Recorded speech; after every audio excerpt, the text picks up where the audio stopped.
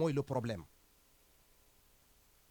dégg naa dans le discours du président de la République muy naan est-ce que mën nañoo toog fii di comment dirais-je là les revendications là ñii di demander augmentation de salaire foofu bu ne augmentation de salaire les gens qui demandent l'augmentation de salaire man dinaa nekk clair dans ma position dans ça augmentation de salaire boo gisee nit yi di ko demander c'est parce que tout simplement ils savent que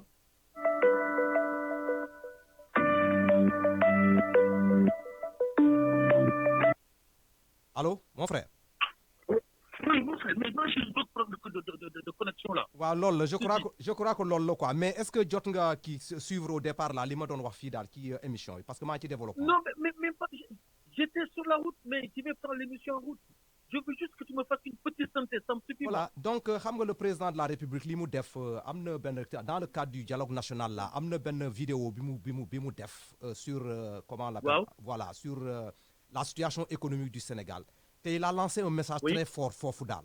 Bon dafa présenter exactement la répartition du denier public là l'argent de l'État là naka lañ koy répartir et que dans ce secteur là il a même insisté que dafa mel ni xaalis bu ñuy dépensé nii ki état bi lay yor avec le train de vie de l'État si bien que il n'y a pas une marge boo xamee ne nit mën na ko utiliser fii pour jéem a nan la tuddati calculer par exemple cette jeunesse qui vient parce que dans la vidéo dafa toog mu ne y a 150 000 jeunes qui viennent dans le marché comment dire de l'emploi. Est-ce qu'on n'a pas besoin de penser en tant que père de famille pour essayer d'abriter ces jeunes-là? Donc, la décision bu nga jël fii dafa mel ni dafa bëgg a indi ay nan la tudd ay correctifs sur la gestion de ces fonds-là. Donc, vidéo boobu bu taxawee moi je dis que bu ñu taxawee dans la scène politique doo gis koo xamee ne dans les réseaux sociaux gars yi jël ko les politiciens qui ont l'habitude de sortir devant n'importe quelle situation mais est-ce que il n'est pas temps pour ñoom ñu ñëw génn joxe des solutions sur ce que le président de la République a dit? Mais ku ci nekk mu ngi toog mu noppi donc vidéo boobu laa bëggoon nga gisoon mais comme tu l'as pas vu y a pas de problème lii mooy comment dirais-je là en résumé li ma nekk di wax fii su fekkente am nga solution boo xamee ne mën nañ ko fi indi parce que pour man dafa mel ni le président dafa poser le problème léegi la solution ce sont les politiciens qui se trouvent autour là ñu fa nekk ñoom ñoo war a réfléchir l'opposition et le truc là le parti au pouvoir confondu ñoom ñoo war a réfléchir ñu seet naka la ñu renverser tendance bi kon nag yow lan mooy sa xalaat ci loolu. D'accord mais gis nga Bakary je vais te répondre directement en direct là n'est-ce pas. Oui, vas-y. Bakary. Oui. Moi je vais te répondre. Gis nga très souvent on a tendance à dire que il y a pas une visibilité sur ce que fait Macky, sur ce que fait le président de la République. Pourquoi? Parce que je pense qu'il y a un rapport entre le Sénégal et le pouvoir. C'est-à-dire que tout est centralisé au niveau de Macky. Le tout est Macky. Mais lorsque Macky prend des décisions, lorsque Macky fait appel au Sénégal, lorsque Macky parle au Sénégal, parce que c'est rare de voir un homme politique qui parle au Sénégalais. Lorsqu'il parle au Sénégal, en disant la situation économique du pays, elle est comme ça. Comment nous, on peut faire, effectivement, pour gérer cette situation-là? Parce qu'il est clair que si Macky pouvait régler cette situation à lui tout seul, mais il n'aurait pas fait appel effectivement à ces politiciens-là qui, de manière intempestive, vont prendre des paroles pour pouvoir s'exprimer et aller complètement à l'envers de ce que le président a mis en place. Parce que c'est Macky initie une politique. Il est là, c'est son rôle. Il va initier une politique. Mais la vulgarisation, la transmission, effectivement, dans le cadre de la communication, ce sont ces ministres, ce sont ces directeurs de cabinet, ce sont effectivement les policiers qui l'entourent qui doivent s'apporter cette affaire-là pour le vulgariser dans la population avec des explications claires, simples, nettes et précises. Ouais. Comme ça, il y aura une visibilité. Mais je pense qu'à un moment donné, ces policiers-là, ils sont là. Alors, des fois, on peut se poser la question, ils sont là pourquoi? Est-ce qu'ils sont là pour des propres intérêts ou pas? Ou est-ce qu'ils sont là, effectivement, pour travailler pour le pays ou pas? Est-ce que cette notion de service public rendu à la population, cette notion, si tu veux, par ricochet du patriotisme, est-ce qu'ils sont véhiculés par ça? Je ne dirais pas que tous sont, je ne mettrai pas tous dans le même panier. Il y a certains, quand même, qui essaient de faire des autres qui sont ça. Ils sont très, très peu. Ça, il faut le reconnaître. Mais d'une façon générale, les mecs ne bossent pas. Les mecs, ils ne bossent pas, Bakary, mon frère. Mais mon frère, attends. Oui. Xam nga président bu mu taxawee mu ne. Waaw. Fii bu ñuy décider, on n'a qu'à décider en tant que père de famille ku am njaboot. Xam nga il s'est même départi d'être président. Allô? Yaa may dégg? Waaw. Il s'est démarti même d'être c'est-à-dire affaire président da ko teg fële dafa ne nañu xalaat en tant que père de famille. Mais dans la salle là, tous les gens qui se trouvaient là-bas là, mais ay bàjjen lañu ay tante Ouais. lañu ay oncle nijaay lañu ay papa lañu Ouais. mais ñooñu Et bu ñu bien la sûr. posé problème bi mu mel ne ñu ne la say doom yaa ngi fii on n'a rien pour eux yow lan moo nekk sa première xalaat su fekkente tu es un homme conscient qui pense au devenir de tes enfants lan moo war a nekk sa xalaat Mais Bakary, je prends les choses en main. Je n'attends pas ce que le Sénégal ou le président peut faire pour moi. Je vais réfléchir. Moi, qu'est-ce que je peux faire pour le Sénégal par le biais de mes enfants? Je effectivement prends les choses en main. oui Je prends les choses en main. Parce que je n'attends rien parce que qu'est-ce que gars, ils nous font tout. Parce que il y a qu'à dire que tout doit venir d'en haut. Non. Mais à un moment donné, donc, responsable. On a des enfants qui sont à l'université. On a des enfants qui sont à l'école. On a même des enfants qui ont fini effectivement qui ont fini leurs études et qui sont au chômage. Mais c'est de discuter, parce que dans toute famille, c'est juste une discussion. De voir comment le père de famille, de voir comment ces jeunes-là peuvent s'approprier, peuvent bouger effectivement pour trouver un emploi. N'est-ce pas? Si Macky dit, moi je me rappelle en disant oui, mais il faut quand même 600 000 emplois de comme ça. Mais c'est très ambitieux ça. Mais ceci ne peut se faire que si l'ensemble de la population, l'ensemble des pères de famille, je ne dis même pas des mères de famille, des pères de famille s'en approprient en disant qui sont mon domble, c'est mon sang. Man de telle façon qu'effectivement, je n'attends rien que Macky fasse pour moi pour que mes enfants réussissent. Moi, je vais bouger parce que ce sont mes propres enfants. La réussite de mes enfants, c'est la réussite de la. voilà mais donc si Macky a raisonné mais ci loolu il a raisonné. xam nga président dafa ñëw mu teg la situation budgétaire du Sénégal xam nga loolu la teg affaire xaalis la fi teg mais boo xoolee ni mu ko expliqué dafa mel ni les 90% des recettes des Sénégalais là dans la main des politiciens ñu nekk au pouvoir là foofu la yem wàccul ci population bi mais Bakary, il faut pas se raconter d'histoire mais li nga wax moom mooy raay li nga wax mooy dëgg li nga wax mooy dëgg parce que les gars yaa ngi dégg seen njaboot rek parce que ñoom seen bopp ñu ngi topp seen njaboot ceux qui sont au pouvoir parce que moi je dis on a eu une discussion une fois je te disais gis nga gars yi ñu nekk au Sénégal là il n'y a pas un seul qui peut dire moi j'ai mon fils qui est scolarisé qui a son bac qui a l'université de Dakar surtout qu'il a eu son bac surtout qu'il est à l'école. Ouais. Tu trouves ça normal? Non. Comme si effectivement on a tendance à dévaloriser si tu veux les études supérieures au Sénégal. Non, à un moment donné Macky il a posé un acte. Mais toi, tu as cette famille. Non, mais c'est quand même ça, il est très fort, Macky. Hein. Mais c'est toi qui fais cette famille-là. Qu'est-ce que tu attends que moi je fasse pour toi? D'autant plus que tu connais très bien la situation du pays. Et tu as vu les réalisations que j'ai faites. Exactement. C'est compliqué, c'est difficile. Ouais, c'est problématique. Mais c'est pour tout le monde, y compris le président. Mais moi, je suis convaincu que Macky n'en dort pas de cette situation-là. Hein. Je suis convaincu qu'il n'en dort pas de cette situation-là. Merci. Allô, mon frère? Ah, d'accord, il n'y a pas de problème, je continue. Merci, mon frère Mamadou, pour la contribution. Donc, s'il y a quelqu'un... d'accord, je crois qu'il a un problème de réseau là. Quoi. Bon, donc, je dis le truc là. Ce fait que le président Demna, mu daal di teg la situation économique là sur la table, mu lancer un appel.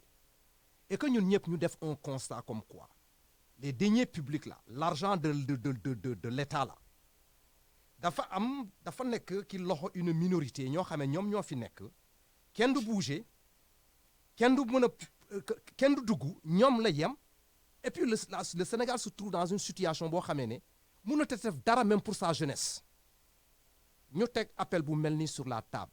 Je crois que tous les politiciens du Sénégal là mën nañoo def un recul ñu jéem a seet. Si vous voulez, bu fekkente da ngeen bëgg seen doom yi comme l'a dit le président de la République là, quel avenir pour ñoom ñu mën a tekki. Si vous vous considérez comme des pères de famille, tous ces gens là qui sont dans la salle ñu nekk di déglu président li muy wax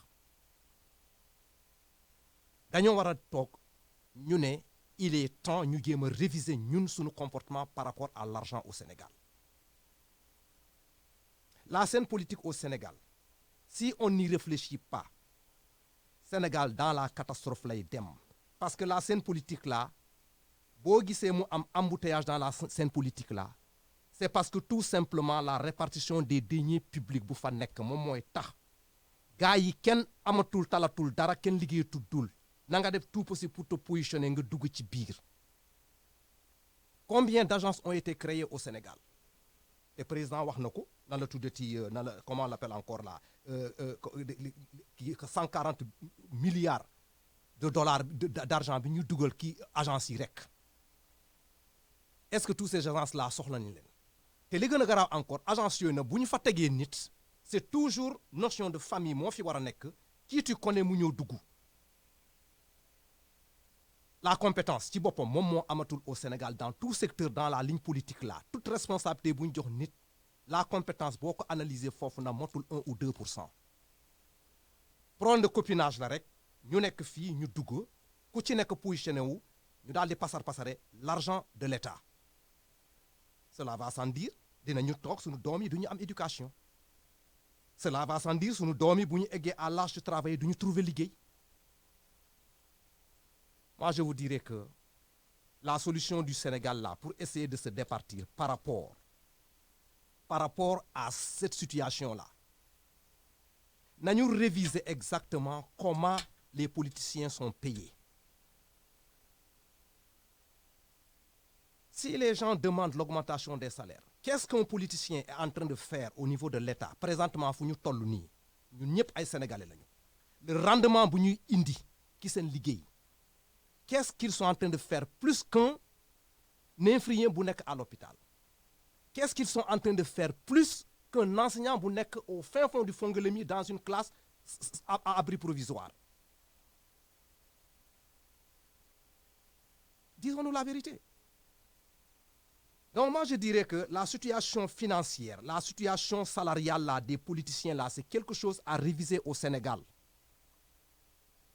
Su fekkente on veut réellement des gens qui veulent travailler comme des patriotes du Sénégal ñu leer na ñoom ils sont là pour l'intérêt du Sénégal pour le devenir du Sénégal pour devenir askan bi nañu réduire le salaire des ministres là par exemple là ñu daal di ko def au même niveau que le salaire d'un instituteur léegi nga gis la scène politique là mu décanté wu léegi nga gis les gens qui sont prêts pour l'amour de leur pays là ils vont venir prendre cette maigre ce salaire là maigre là ñu contribuer pour liggéey pour seen askan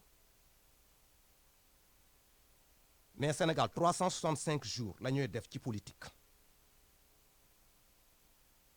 ku ci nekk mu ngi seet nan la respecter la formule de la politesse boo nekkee dans un parti su par exemple ñun ñu nekk au parti au pouvoir il faut essayer de faire tout possible pour faire plaire au président de la République il faut être correct dans ton langage il faut suivre ce que le président dit à la lettre parce que tout simplement yaa ngi espérer que ne suba dañ lay cadre fenn rek après yow nga taxaw nga ne ah sama bamba maase na mais yooyu dañ ko war a arrêter les gens entrent dans la scène politique c'est pour essayer de changer une situation balaa 2012 toog nañu fii ci dëkk bi lu nekk jàmbat nañ ko fii on s'est plaint à cause des dépenses yoo xamee ne le président Abdoulaye Wade mu ngi ko doon def fii jëlee une personne dans le tas mu nekk nga daal di ko def millionnaire Sénégal lañ ko gisee peuple bi jooytu ñu xamee ne lii yenuwul maanaa le président est venu avec un message très fort les gens comme Camara sont sortis de leur tanière là ñu génn si ñu ne voilà waajaangook kii la ñu soxla pour mu yóbbu le Sénégal fu mu war a dem ñu ñëw ci ginnaaw et jusqu'à présent on est en train de parler de la même situation mais au juste là qu'est-ce qui ne va pas dañu waxante dëgg le président a touché du doigt le fond du problème il ne faut pas que ce discours-là cet audio-là cette vidéo-là mu nekk dans les oubliettes de la pensée déedéet dañ ko génne si ces vidéos-là doivent sortir ku ci nekk boo toogee nga nekk dans la scène politique ou pas regarde cette vidéo-là nga déglu ko exactement nga seet le président ban message la fi sànni il a parlé oui il faut ñu réduire comment dirais-je là le nombre de voitures président le nombre de voitures problème bi nekku fa c'est embouteillage bu nekk autour de cette politique là moom la ñu war a décanter pour gouverner le Sénégal là on n'a pas besoin de tout ce truc là quoi cet embouteillage politique là amul des personnes qu'il faut à la place qu'il faut avec une valeur là peu de personnes seulement mën nañu yóbbu Sénégal ci kanam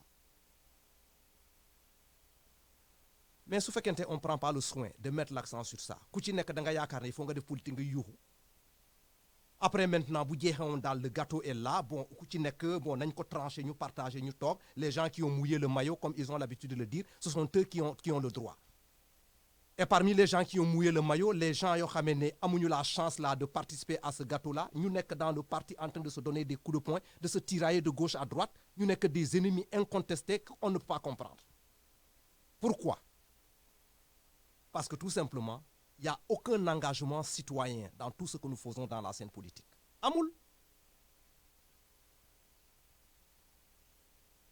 ku ci jóg rek bu jëlee la parole moi je suis un patriote dëkk bi lay xalaat muy opposition muy le parti au pouvoir tout le monde pense que le Sénégal moo ko tax a jóg mais quant à la pratique maintenant les comportements qui font que ça prouve que toi tu dis que Sénégal moo la ñor nekkul ak yow mais bon nañu xoolante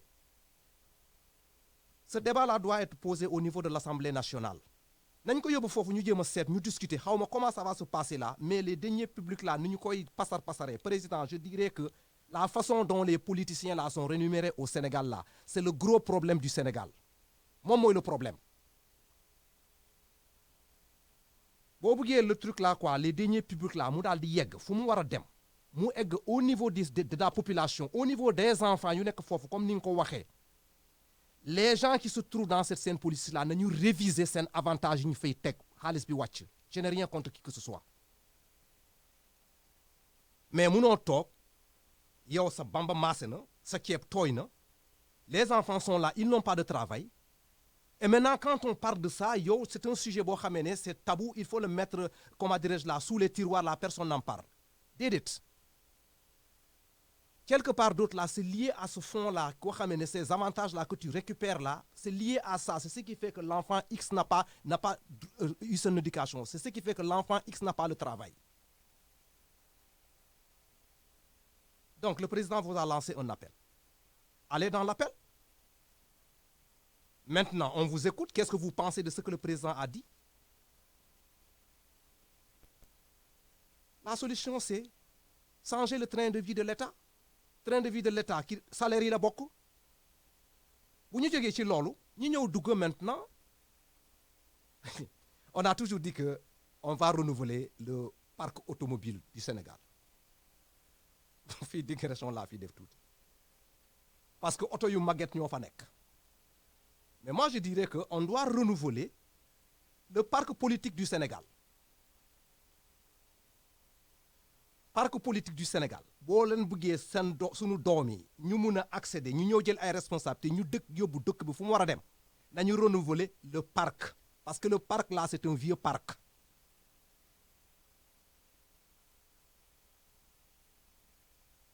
politicien bu ñëw président bu ñëw ce sont les mêmes équipes qui sont en train de cheminer di ko topp à quand la ñu am une nouvelle équipe toute fraîche composée de jeunes entre 18 30 ans ñu mën a taxaw ci kanamu le Sénégal là ñu yóbbu Sénégal pour fu mu war a jëm mais toujours ce sont les vieux là qui sont là suñu compagnie yi ñun ñoo fi nekk di toog du ñu bouger bëgg a instaurer suñu wil ci xale yi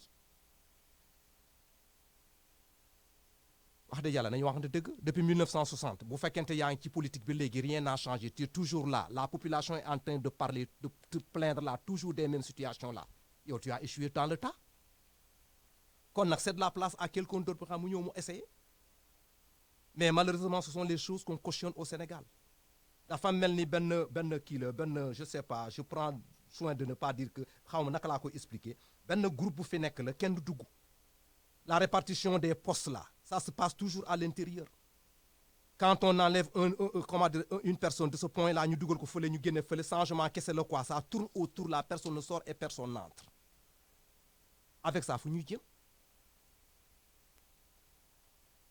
donc moi je dirais que nañu def tout possible ñu delloo si suñu xel ñu jéem a seet donc su fekkente yaa comment dirais-je là l'appel qui venait du Sénégal là su fekkente nit ki mu ngi may dégg il peut toujours appeler encore là mu woote sama WhatsApp bi pour ma jël ko ci ligne bi pour ma jéem a seet quoi ok je vais essayer d'appeler là pour voir quoi si la personne peut prendre le téléphone quoi mais loolu la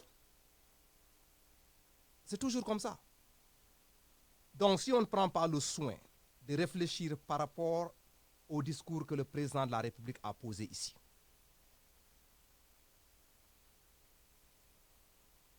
On aura de sérieux problèmes. Les politiciens, président dafa lancer un message. La situation économique là du Sénégal là fu mu nekk nii, avec le comportement qui sévit, qui affairul dépense des deniers publics au Sénégal, seen doom yi amuñ ci place te président wax na ko te muy dëgg bu wër peng. Su fekkente seen doom yi amuñ ci place, lan moo leen war? Lan moo leen war yéen pour ñu am ci place? Il faut ngeen jéem a seet. xaalis baa ngi Sénégal ngir yàlla nañu def tout possible. Donc, producer, in a 30 minutes, I'm gonna 30 seconds, I'm gonna take the break, ok? Je crois que, comment on l'appelle encore là, dans 30 minutes là, dinaa jël break. Comme ça, on va revenir sur continuer le thème là. S'il y a des gens qui veulent toujours appeler le truc là sur la ligne là, bon, sama numéro naa ko joxe, comme ça ñu woote via WhatsApp. Ñu woote via WhatsApp. Bon, numéro bi c'est le 00 202 361 45 16. Ma répète waat numéro bi 00 bon fekkete yaa ngi Afrique Sénégal 001 202 361 45 16. Ku bëgg a jël numéro bi nga participer via WhatsApp na nga jël téléphone bi nga woote. Waaw, mon numéro c'est le 001 202 361 45 16. ñu nekk au niveau des États-Unis ñu def ko loolu. The producer, you hear me? Yeah, okay.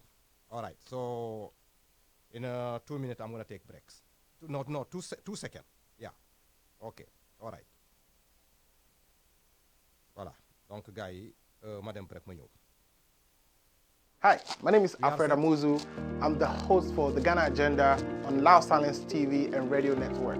Here are some of the things we talk about on the show. We talk about things like the echo. Is Ghana ready for echo? So you come to my show, we will break it all down. Things like the educational system in Ghana. Should we be doing double track, or should we just keep it like it was when we had sixth form or when ISS started? GMPC, what are they doing with our oil money? Are they using it well or not?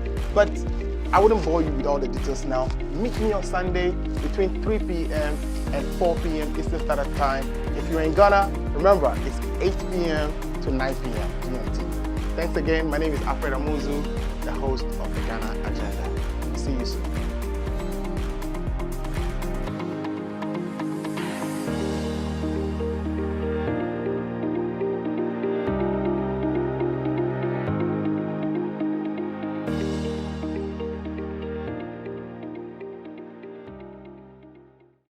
Hi, my name is Kunle Olomofe. I'm going to be your host on High Impact Politics right here on Loud Silence Radio in DC, Mondays 3 p.m. to 5 p.m. Eastern Time, Nigerian time 9 p.m. to 11 p.m. This is High Impact Politics. You want to know exactly what's going on in Nigeria, outside Nigeria, and how it impacts you. Catch you there.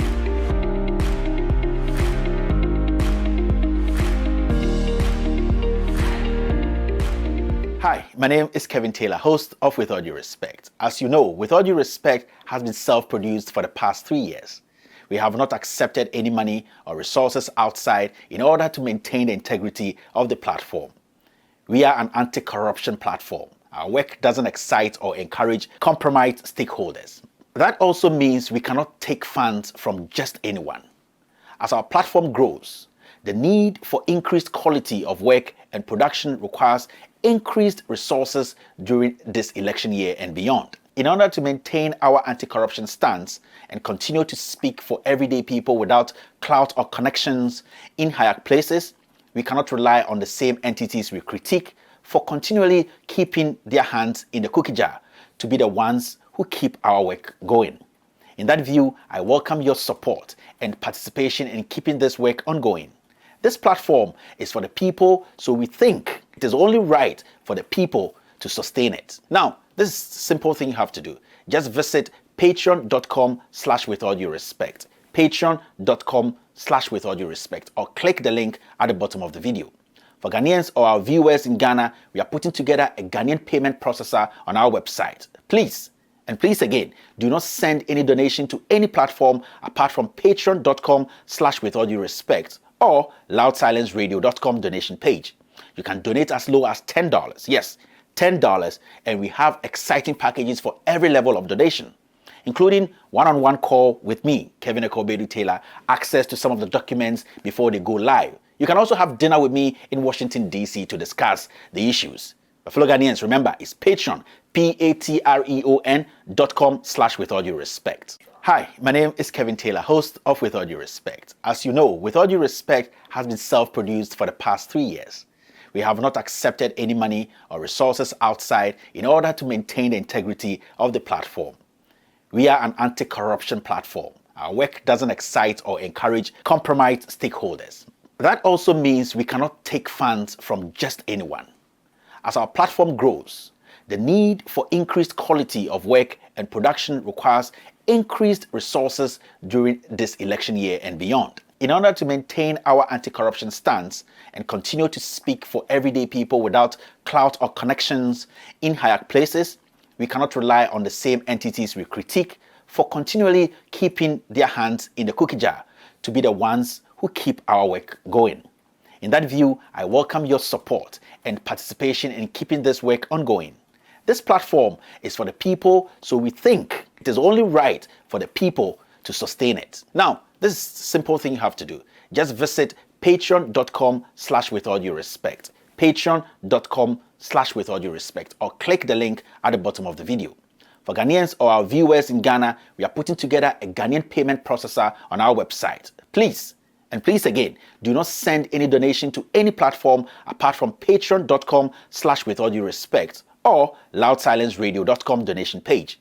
You can donate as low as $10. Yes, $10, and we have exciting packages for every level of donation, including one-on-one call with me, Kevin Ekobedu Taylor, access to some of the documents before they go live. You can also have dinner with me in Washington, D.C. to discuss the issues. But fellow Ghanaians, remember, it's Patreon, patreon.com/withallduerespect. Hi, my name is Kevin Taylor, host of With All Due.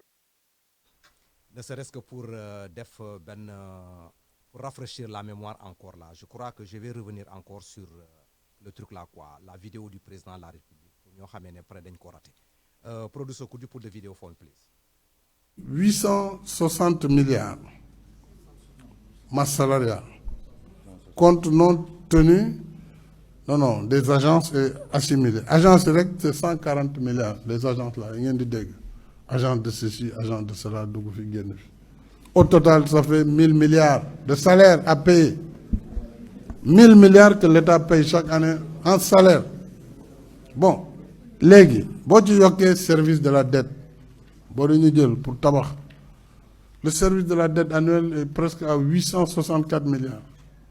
Alors, ça vous fait 1864 milliards. Donne-moi des. Si recette recette 2177 milliards. Vous donnez moins 1864 milliards. Donne-moi des. 313 milliards. C'est-à-dire, si nous faisons salaire aux fonctionnaires, fonctionnaires, nous avons carburant, nous avons papier, nous avons auto, nous avons téléphonie, nous avons dara. Investir guñu dërëm pour nit ñi am gasuñu teen defuñu courant defuñu dara. Alors il reste 313 milliards pour le fonctionnement, pour l'investissement, etc. C'est à peine 26 milliards par mois. Alors il faut donc ñu xam ne na état bi wàññi prix na état bi def lii na état bi def la mais avec quoi il va le faire? Parce que évidemment à 26 milliards il faudra ajouter déficit. Bi nga xam dinañ ko financer par la dette. Donc il faut que aussi peut-être gouvernement bi gën di leeral nit ñi xam lu ñu mën ak lu ñu mënul parce que nag réew la mu amul doole amagul doole bokk. Faut pas tout faire boo leen gisee may jël yenn mesures yi pour ne benn dina arrêter état bi di jëndal ay fonctionnaires ay oto ndax li tax man déjà bi ma fi nekkee léegi def nañu lu ëpp 300 milliards ci jëndum oto. C'est ça la vérité. Plus de 300 milliards, même 500 milliards. Parce que l'État a besoin de 2000 autos par an.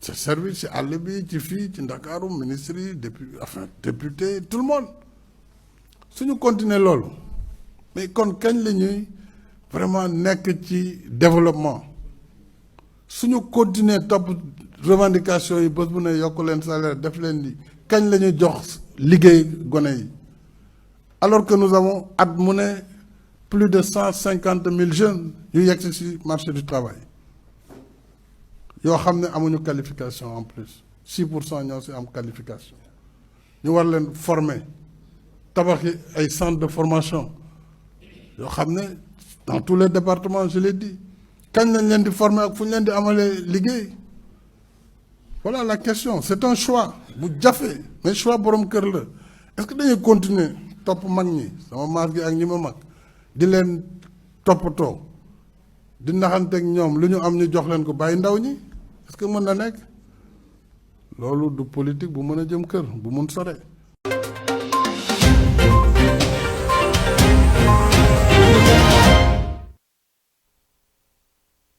All right.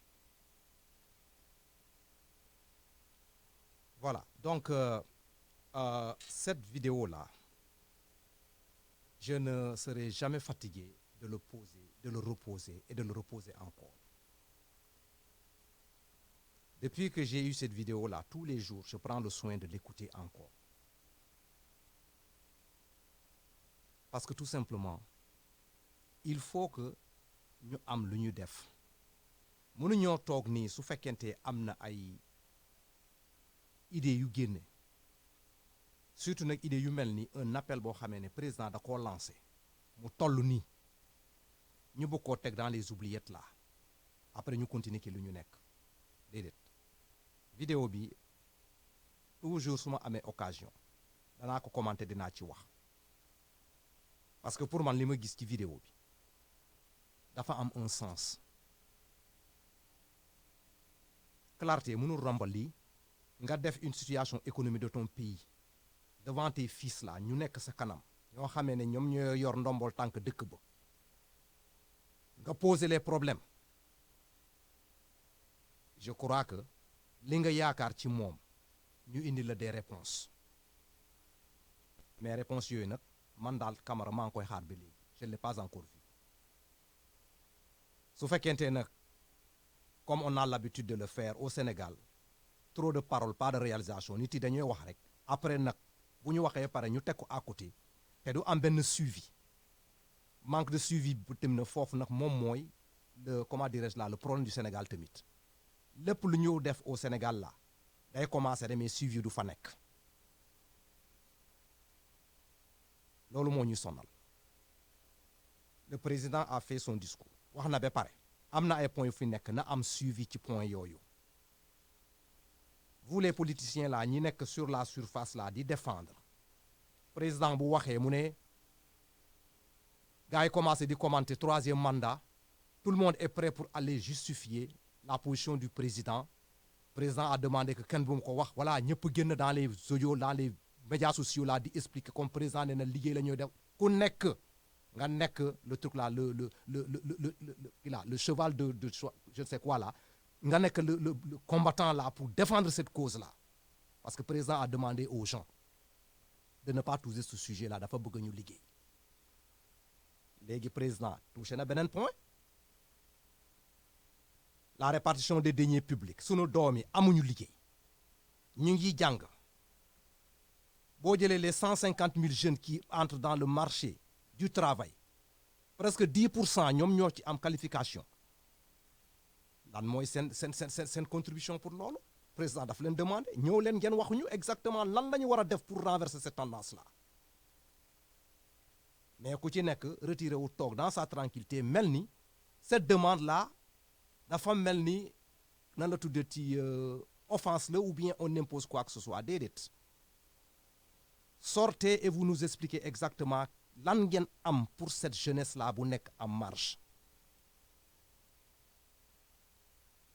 su fekkente vous n'avez pas de solution là man dinaa proposer leen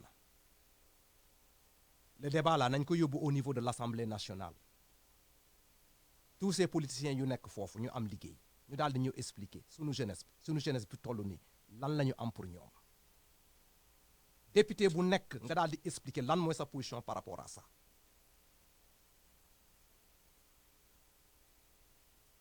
État bi mënul topp di leb xaalis rek pour régler les problèmes déedéet l'argent se trouve au Sénégal mu nga foofu nañu réviser sunu comportement ci xaalis boobu rek. budget boo ko amee bu fekkente da ngaa bëgg mu jaar yoon dafa am ay cut yi ngay def da ngay turim da ngay cut fii cut gauche droite da nga am li nga soxla nga daal di agir régler benn point boo xam ne ñëpp duñ ko gis.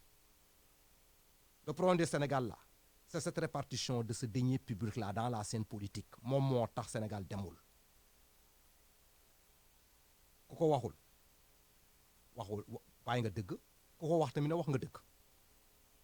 C'est cette répartition qui fait que nous avons des problèmes au Sénégal. Sénégalais ñu ngi jooy di demander la diminution des trucs là quoi comment on l'appelle encore là des prix des denrées électricité lekk diwlin affaire yooyu.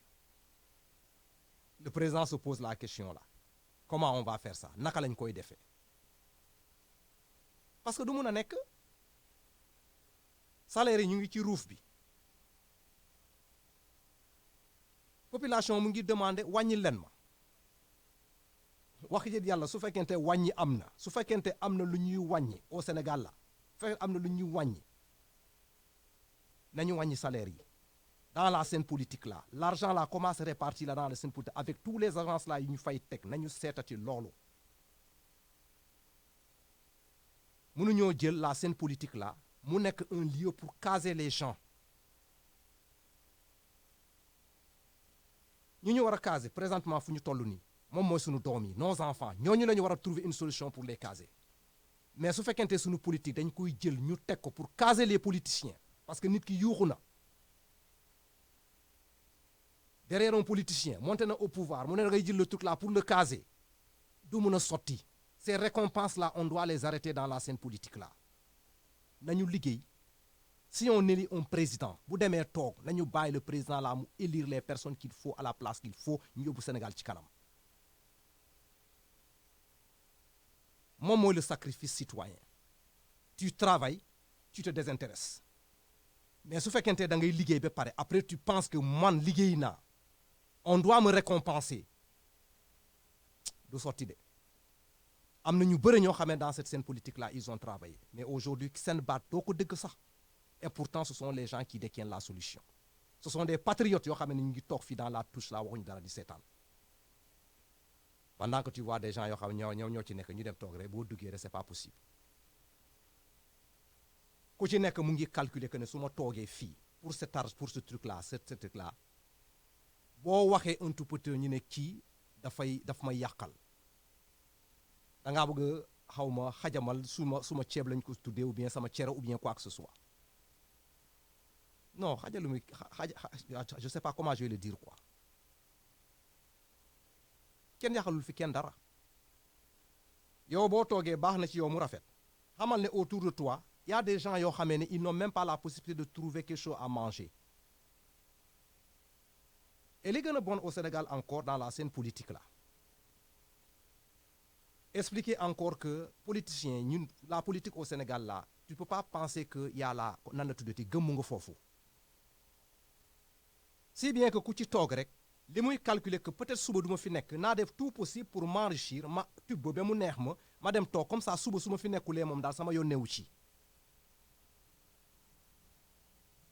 loolu c'est dangereux pour un peuple c'est dangereux pour un peuple tant que le Sénégalais est en train de penser que régime bu taxaw nii suba bu génnee keneen mooy toog te man du ma nekk dara dañu may changer teg foofu keneen kon nag su ma fi toogee naa lekk ba sama biir fees le Sénégal aura toujours des problèmes mais lan moo koy indi c'est parce que ñun suñu leaders yi ñoom ñooy encourager loolu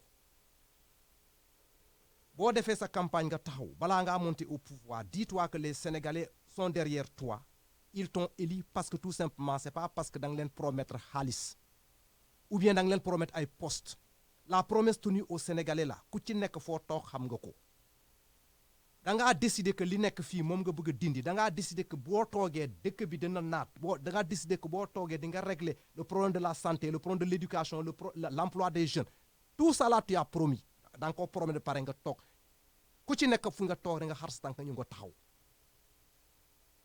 pour ñu fal la donc su fekkente quand les gens sont élus au Sénégal après maintenant il faut penser aux récompenses là les gens qui ont cheminé dans de différents partis là ils commencent à se positionner ñoo taxaw na booy il faut nga jël kii nga dugal ko fi nga jukkul sans autant comprendre que li ñuy def nii c'est pour retomber dans les mêmes erreurs c'est un problème au Sénégal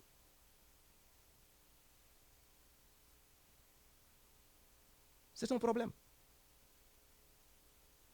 donc su fekkente le président li muy jooytu nii c'est quelque chose boo xam ne da koo gëm les jeunes sont là ils n'ont pas d'emploi dafa bëgg a indi ay réformes dans l'utilisation des deniers publics na jéem a sóoraale ce recensement là bi muy def les agences qu'on crée de gauche à droite là njéem a seet l'argent qui s'en va là-bas lan la njëriñ il faut qu'on réfléchisse à ça si on ne met pas un accent sur ça là nous sommes foutus nous avons de sérieux problèmes donc attends ma seet là l'appel là le truc là quoi su fekkente mën naa jël comment dirais-je là cet appel là pour une contribution là voilà donc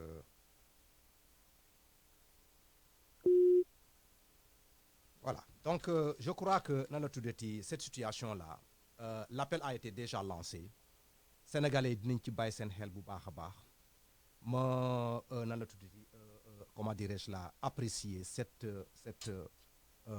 vidéo là bu génne ma apprécier le discours du président et ma apprécier l'appel bu mu fa lancé et je crois que tous les sénégalais là dañuy toog ñu prêter attention à ça ñu bàyyi ci seen xel bu baax a baax donc je crois que nan la tuddati tey émission bi fii lay yem the producer in a 30 second I think I'm gonna end up the truc là the show today whatever need to be done is already said léegi nag may invité le truc là le lundi prochain bu ñu ñëwee dinañu waxtaan ci le truc là comment on l'appelle encore là la sécurité routière au Sénégal moom mooy nekk le thème de la semaine prochaine mais pour aujourd'hui vidéo bi dafa ñëw rek ma daanu ci ma xamee ne il faut l'exploiter ma ñëw ma taxaw di wax may demander à tous les Sénégalais nañu seet déglu président li mu wax ñu jéem a seet ban solution la ñuy indi pour essayer de penser à cette jeunesse là qui se trouve ici kon na gars yi jërëjëf thank you very much merci. Hi, my name is Alfred Amuzu. I'm the host for the Ghana Agenda on Loud Silence TV and Radio Network. Here are some of the things we talk about on the show. We talk about things like the echo. Is Ghana ready for echo? So you come to my show, we will break it all down. Things like the educational system in Ghana. Should we be doing double track or should we just keep it like it was when we had sixth form or when ISS started? GMPC, what are they doing with our oil money? Are they using it well or not? But I wouldn't bore you with all the details now. Meet me on Sunday between 3 p.m. and 4 p.m. Eastern Standard Time. If you're in Ghana, remember, it's 8 p.m. to 9 p.m. GMT. Thanks again. My name is Alfred Amuzu, the host of the Ghana Agenda. See you soon.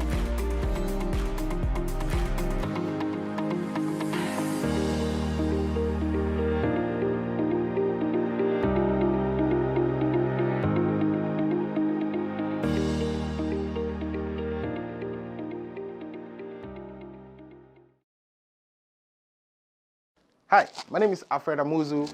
I'm the host for the Ghana Agenda on Loud Silence TV and Radio Network.